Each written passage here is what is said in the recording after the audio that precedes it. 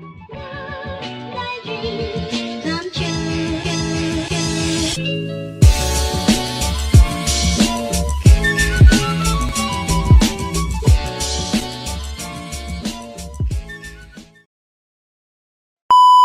Halo semuanya, selamat datang di Eleven Podcast SMA Negeri 11 Kota Bekasi.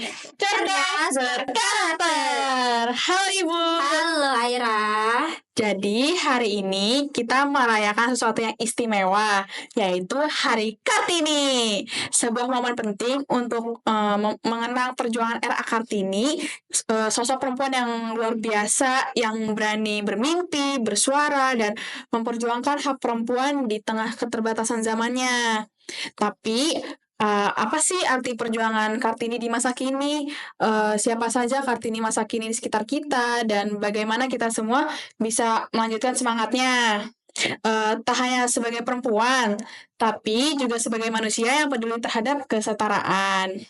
Yuk kita bahas bareng-bareng di episode kali ini. Kita akan ngobrol bareng Ibu Irma Yusvita MPD. Hai Ibu. Semuanya. Halo Ibu, apa kabar? Alhamdulillah baik, sehat. Era gimana? Alhamdulillah Ibu baik. Kesibukan akhir-akhir Ibu nih ngapain Ibu? Masih sama rutinitas dengan yang kemarin-kemarin Aira.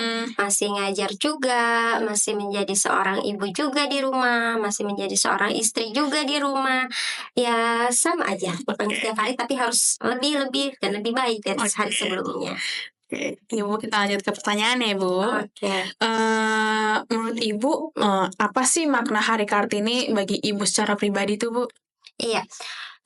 Jadi Hari Kartini itu kan ditetapkan tanggal 21 April ya. Iya. Itu bersamaan dengan kelahiran Raden Ajeng Kartini. Iya. Nah, di berbagai instansi biasanya untuk menyambut tanggal 21 April itu, biasanya kami menggunakan baju kebaya nih. Iya. Nah, tapi menurut Ibu bukan hanya sekedar seremonial ataupun menggunakan baju kebaya itu Aira. Tapi yang paling terpenting adalah setiap tanggal 21 April kita itu mengingat kembali sejarah lampau bahwa dulu ada seorang perempuan yang memiliki cita-cita tinggi dengan berbagai upaya untuk memperjuangkan hal tersebut sehingga perempuan masa kini bisa ada kesetaraan dengan laki-laki. Nah, itu yang perlu sebenarnya diingat. Betul. Terus kita lanjut ya Bu. Iya. Siapa sih sosok perempuan yang paling menginspirasi Ibu dalam kehidupan sehari-hari itu Bu? Siapa sih Bu kalau boleh tahu? Kalau dalam kehidupan sehari-hari sebenarnya ibu ya. Ibu itu bagi ibu ada 3 nih. Ada ibu kandung, ada ibu mertua, ada ibu guru. Jadi guru-guru yang ada di Indonesia itu jadi inspirasi untuk ibu. Terutama orang tua ibu ya, ibu kandung, karena beliau itu bayangkan aja nih Aira, dari mulai ibu lahir di dunia ini pasti ada perjuangan beliau, gitu kan? Kemudian setelah ibu lahir juga ada perjuangan beliau untuk mengajarkan ibu dari berbagai hal, jalan, bicara, membaca, sampai akhirnya mengetahui berbagai bidang ilmu tertentu, gitu kan? Itu tidak terlepas dari bantuan, arahan, doa dari beliau. Kemudian pasti ibu menjadi seperti ini ada komunikasi yang baik juga kan antara beliau dengan bapak ibu, orang tua ibu yang laki-laki. Sehingga bagi ibu, perempuan yang menginspirasi itu adalah ibu, karena bukan hanya bisa menjadi ibu, tetapi juga bisa menjadi seorang istri, bisa menjadi, apalagi beliau itu punya karir, ya. Jadi kebetulan sebagai guru juga, gitu. Jadi bisa menjadi sebagai seorang guru dan juga bisa menjadi teman bagi ibu dan adik-adik ibu. Iya, betul. Perempuan tuh wajib banget dihormatin ya Bu. Benar, karena guys. karena kita juga terlahir dari perempuan. Iya, betul. Ya. Kita lanjut ya Ibu. Iya. Menurut Ibu, bagaimana relevan perjuangan Kartini dengan kondisi perempuan di Indonesia saat ini nih Bu? Sangat relevan ya. Iya. Karena kalau kita ketahui bersama, barangkali dari sekarang kan sudah banyak era digital ya, kita bisa tahu bagaimana sih kehidupan perempuan dulu. Itu sangat berbeda sekali dengan masa kini. Kalau dulu jangankan yang rakyat biasa ya, seperti yang bangsawan RA Kartini aja untuk melanjutkan ke jenjang berikutnya itu ada rintangan sendiri, ada tantangan sendiri. Apalagi yang seperti kita ketahui bersama ya, karena lapisan masyarakat itu kan berbeda-beda. Jadi ibu kalau menyatakan relevansi antara perjuangannya dulu sampai sekarang sangat berpengaruh. Ibu cerita sedikit ya Era. Boleh. Waktu di tahun 2022, ibu melahirkan anak kedua ibu. Nah, dokter objin yang menangani ibu itu adalah perempuan. Coba itu. Kalau tidak ada perjuangan dari RA Kartini saat itu, barangkali tidak ada tuh yang namanya dokter. Dokter itu kan berarti pendidikannya juga melalui berbagai tingkatan. Iya, betul. Seorang perempuan. Artinya sekarang perempuan itu bukan hanya ada di rumah aja, tapi juga bisa kok berkarya, berkarir, ada di dimanapun, di sekolahan ada yang bekerja perempuan, rumah sakit ada, kemudian juga di perusahaan-perusahaan dan lain sebagainya. Kayak gitu ya Bu. Sangat Berarti relevan. perempuan tuh sangat mampu ya Bu, sangat Betul, berani mengambil iya. langkah yang sangat besar juga ya Bu. Tapi ini Bu, apa sih tantangan terbesar yang masih dihadapi perempuan Indonesia saat ini nih Bu? Tantangan yang paling terbesar sebenarnya adalah dari diri kita sendiri. Oke. Gitu. Karena kalau kitanya udah oke, orang lain mau bicara apa sebenarnya ya biasa aja, gitu kan. Tapi kalau kitanya belum oke, maka nanti kita down sendiri. Betul. Nah, sekarang ini ada media elektronik Yap. yang sangat digemari oleh berbagai kalangan. Betul. Kan dari anak-anak bahkan kan Iya. ya, anak-anak sudah menggunakan media elektronik berupa handphone misalnya ya. Nah, bagaimana cara kita sebagai seorang perempuan bisa menghadirkan pengetahuan melalui media elektronik tersebut untuk bukan hanya perempuan yang lainnya, tetapi juga untuk laki-laki gitu. Jadi sebenarnya tantangan terpaling terbesar ya dari diri kita sendiri. Mau nggak nih kita mengubah kondisi saat ini dengan apa yang ada saat ini? Sekarang yang ada medianya elektronik. Apa yang bisa kita lakukan dengan media elektronik itu sehingga bisa menjadi pengetahuan baru untuk semua kalangan? Oke. Berarti kita tuh harus berani ngambil keputusan yang besar ya Bu. Benar. Dan Harus meyakinin diri kita juga ya. iya, tetapi ingat nih, keputusan yang sudah diambil pasti ada resikonya. Nah, resiko-resiko tersebut itu bisa kita minimalisir dengan adanya bekal berupa pengetahuan. Nah gitu teman-teman, jadi kita harus berani mengambil tanggung jawab ya Bu, setelah Betul. ngambil keputusan yang sangat besar. Kita lanjut ya Ibu. Apakah Ibu pernah merasa dibatasi karena gender? Bagaimana cara Ibu menghadapinya nih Bu? Ini Ibu mau jadinya cerita nih ya. Ya boleh Bu.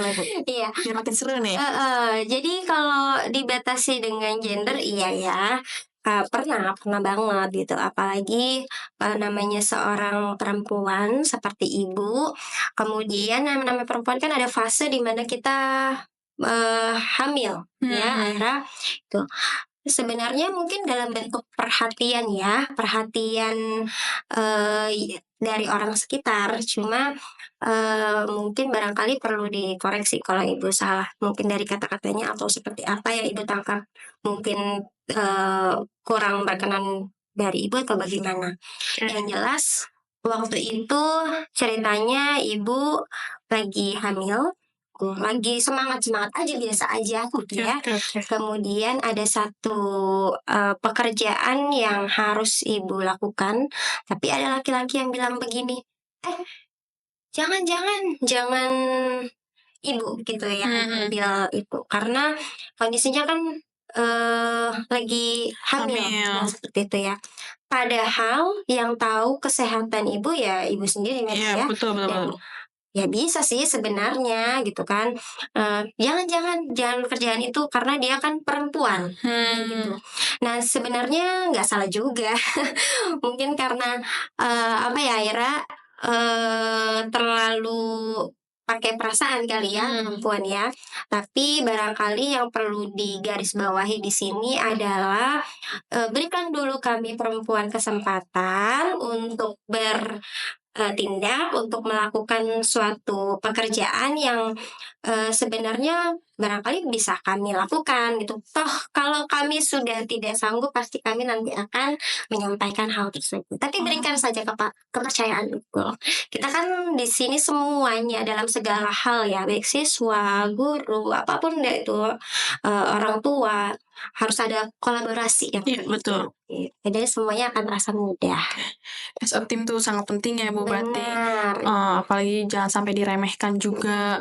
Dan caranya yang Ibu lakukan nih Aira Mhm. untuk menyelesaikan itu, yaitu ya tadi ya, Ibu harus memberikan bukti bahwa, "Oh, saya bisa." Hmm. Tapi kita harus tahu bahwa memang sebenarnya kodrat kita adalah seorang perempuan, Mhm. yang pasti, ada hal-hal yang kita itu memang di bawah laki-laki dalam hal tenaga misalnya gitu ya, tapi tetap harus menjaga komunikasi yang baik, intinya itu sih dengan laki-lakinya gitu. Jadi sebenarnya laki-laki tidak bisa berdiri sendiri juga tanpa ada perempuan, perempuan juga tidak bisa berdiri sendiri juga tanpa ada Betul. laki-laki, kita saling berdampingan. Oke, kita lanjut ke pertanyaan. Bagaimana Ibu melihat perkembangan kesetaraan gender di Indonesia sejak masa Kartini hingga masa sekarang nih, Bu? Gimana tuh, Bu, Nah, menurut Ibu? sangat berubah banget ya, Oh drastis ya. banget. Karena dulu aja kalau Ibu baca nih dari berbagai media, yang namanya perempuan itu, tidak jauh dari 3 hal nih, Ayah. Apa tuh, Bu? Ada kasur, Ya. ada sumur, ada Mhm. dapur. Nah, Mhm. jadi itu, sudah melekat nih di budaya ya, di Heeh. pikiran masyarakat Indonesia bahwa perempuan itu punya kewajiban atas 3 hal tersebut, gitu. Nah, kemudian, eee, dengan adanya, apa namanya, mindset seperti itu, sehingga kebebasan perempuan untuk ini kebebasannya tanda kutip ya yang positif ya, Mhm. kebebasan perempuan untuk mendapatkan pendidikan itu sangat terbatas. Oke, jadi dengan adanya perjuangan R.A. Kartini yang dulu pernah mendirikan sekolah khusus untuk perempuan, sehingga banyak deh pengetahuan-pengetahuan yang kita dapatkan dari sana, Mhm. ya kan? Pengetahuan itu membentuk suatu pemikiran baru bahwa perempuan dan laki-laki memiliki kesetaraan hak sebagai makhluk hidup. Jadi haknya makhluk hidup itu perempuan laki-laki sama aja. Hak untuk bersuara, hak untuk menyampaikan pendapat, kemudian juga hak untuk memiliki profesi. Pokoknya semuanya sama, tanpa ada maksud untuk menyaingi salah satu pihak. Kalau boleh tahu nih, Bu, atau teman-teman yang nggak tahu, hubungannya sama sumur tuh apa ya, Bu? Kenapa? Hubungannya sama, apa tadi yang 3 Oh, hal yang ya, 3 itu sumur. artinya, eee, sumur, kemudian kasur, Mhm. kemudian dapur, itu artinya perempuan memang wajib ada di rumah, gitu. Karena kan itu semua kan adanya di dalam rumah dong, Oke, Era, oke. gitu. Jadi kalau sekarang kan beda banget nih, karena Heeh. sudah ada pendidikan, Mhm. mengubah, pola berpikir manusia baik laki-laki maupun perempuan, sehingga sekarang banyak perempuan yang sudah bisa berkarir, bukan hanya di rumah aja tanpa mengesampingkan pekerjaan atau tanggung jawab sebagai seorang istri maupun sebagai seorang ibu di rumah. Oke, jadi itu sebenarnya perempuan tuh boleh melangkah ambil pendidikan yang besar ya, Bu. Boleh banget. Tapi yang kalau Iya, misalkan kalau mereka udah nikah, mereka harus tetap izin sama suami. betul. Ataupun mereka yang belum menikah, mereka harus izin sama orang tua mereka. Betul. Jadi norma itu selalu ada di mana pun Oke, berada. iya. Bayangin aja daerah. Seandainya perempuan tidak ada perjuangan RA Kartini ya, masih sama dengan dulu gitu. Perempuan dibatasi dalam hal pendidikan. Bagaimana generasi muda selanjutnya gitu, penerus bangsa selanjutnya. Karena ibu itu, perempuan itu adalah sosok yang penting. Yang tadi Bu katakan kan, kita bisa komunikasi oke dengan laki-laki, ada ilmunya juga. Ya kan, ilmu komunikasinya. Laki-lakinya pintar, perempuannya kurang, kan susah juga tuh komunikasi. Kalau misalnya seorang ibu kemudian memiliki pendidikan ayahnya tinggi, tapi ibunya rendah, bagaimana ibu bisa memberikan nilai-nilai kehidupan, nilai budaya, nilai moral, nilai sosial, ya kan kepada nilai religius itu kepada anak-anaknya yang di rumah. Itu kan penting banget. Jadi Penting banget pentingnya ya, Bu. iya, pentingnya tuh dua-duanya sebenarnya, laki-laki dan Perempuan sangat penting ya, guys. Sangat pentingnya. Oke, kita lanjut. Menurut Ibu nih, kira-kira apa langkah konkret yang perlu diambil untuk memperjuangkan hak-hak perempuan di Indonesia nih, gimana nih menurut Ibu? Kalau langkah-langkah yang perlu tadi ya, nomor satu, karena bagi ibu pendidikan itu adalah investasi yang paling terbesar dibandingkan dengan investasi apapun. Iya. Dengan kita punya pendidikan, maka ketika kita mengalami suatu dilema untuk mengambil suatu keputusan, kita tahu nih Era, kalau keputusannya ini adanya ilmu pendidikan, berarti kan kita punya ilmu ya. Kalau keputusan yang kita ambil ini, berarti nanti dampaknya akan seperti ini dan cara menyelesaikannya akan seperti ini. Kalau saya ambil keputusan yang satunya, dampaknya terus penyelesaiannya akan seperti apa. Nah, antara laki-laki dengan perempuan menurut Ibu harus ada kolaborasi yang oke sebenarnya. Kalau perempuan mau hak-haknya diakui, maka yang laki-laki juga maunya seperti itu.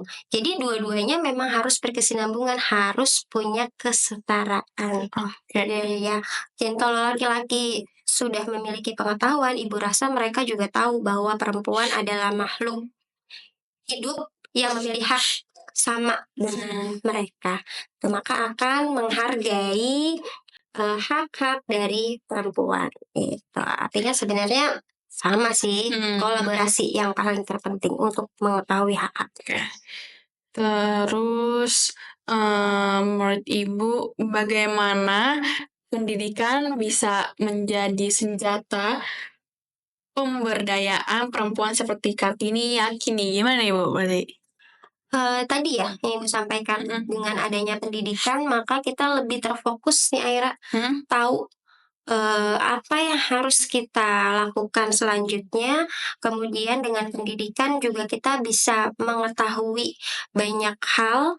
Pendidikan itu kan ada pendidikan formal ya kan, ada pendidikan non formal, dan semua itu nggak bisa dilakukan oleh laki-laki saja ataupun tidak bisa dilakukan oleh perempuan saja, dan tidak bisa diberikan oleh laki-laki saja atau tidak bisa diberikan hanya khusus untuk perempuan saja gitu. Jadi karena sangat pentingnya tadi dengan adanya pendidikan, maka kita akan bisa mengolah emosi kita sebagai seorang perempuan dan laki-laki gitu. Oh ya Bu. Iya, akan bisa mengubah segala hal. Oke. Terus apa yang bisa dilakukan sekolah atau lembaga pendidikan untuk menanamkan nilai-nilai kesetaraan sejak dini nih Bu? Ini nih Era, kan kalau di sekolah kita ya Era ada kan jadwal tiket ya. Iya Nah, betul. Itu sebenarnya pikatnya di kelasnya Aira gimana nih? Yang pikat perempuan aja, yang pikat laki-laki aja gitu, atau laki-laki perempuan wajib ada jadwal piket? Ada jadwal piketnya, Ada Bu. dong, iya. Kemudian untuk petugas upacara yang kita lihat bersama ya, setiap Senin kalau kita upacara itu juga, atau hari-hari besar, petugasnya juga bukan cuma dari perempuan aja kan Iya. ya, tapi juga ada laki-laki Iya, juga. betul. Terus juga kita di sekolah ini punya banyak ekstrakurikuler. Gak pernah tuh ada batasan ekstrakurikuler olahraga ini hanya untuk laki-laki ya, karena berat gitu. Enggak gitu juga. Mau yang sifatnya religius, mau yang olahraga, mau yang seni, mau yang bahasa, boleh diikuti oleh laki-laki ataupun perempuan. Bebas Sebenarnya ya, Bu. bebas. Jadi sebenarnya itu kalau kita perhatikan dengan jeli, itu sebenarnya sudah mendorong dan membuka pikiran kita bahwa laki-laki dan perempuan memiliki kesamaan hak untuk mendapatkan pendidikan. Itu baik yang formal sekolah dari jam sekian sampai jam sekian, ataupun pendidikan yang non formal. Terus bagaimana Ibu mendefinisikan perempuan hebat nih, Bu? Di era modern sekarang pastinya ya, Bu. Iya. Itu menurut Ibu gimana tuh, Bu? Ini pertanyaannya tinggi banget ya, Aira ya, hebat gitu ya. Jadi kalau itu simpel sih Aira, yang dikatakan perempuan hebat itu bagi ibu adalah ketika kita sebagai seorang perempuan, ini untuk diri ibu juga, bisa menempatkan diri kita dimanapun kita berada. Bukan hanya di rumah, tetapi juga dimanapun.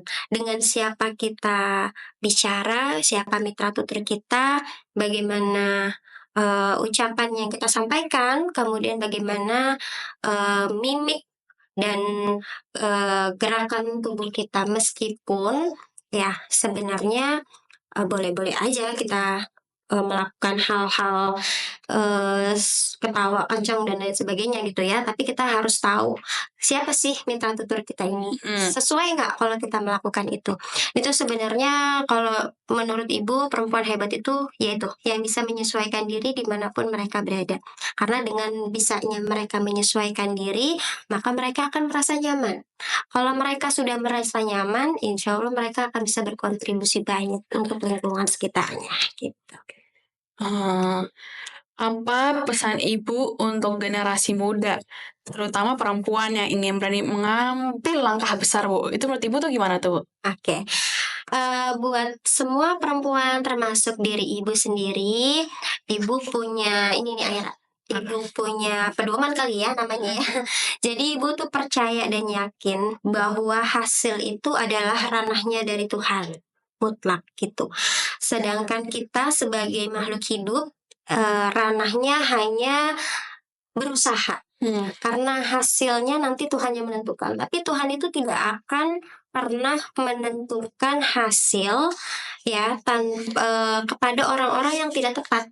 Jadi bagaimana kita bisa menampilkan ya, kemudian memberikan kepercayaan kepada Tuhan kalau kita itu layak untuk mendapatkan cita-cita kita yang kita mau impikan tadi. Nah, jadi sebagai seorang perempuan gitu ya, yang masih hidup, masih dibekali nafas oleh Yang Maha Kuasa, namanya kehidupan itu adalah untuk berjuang.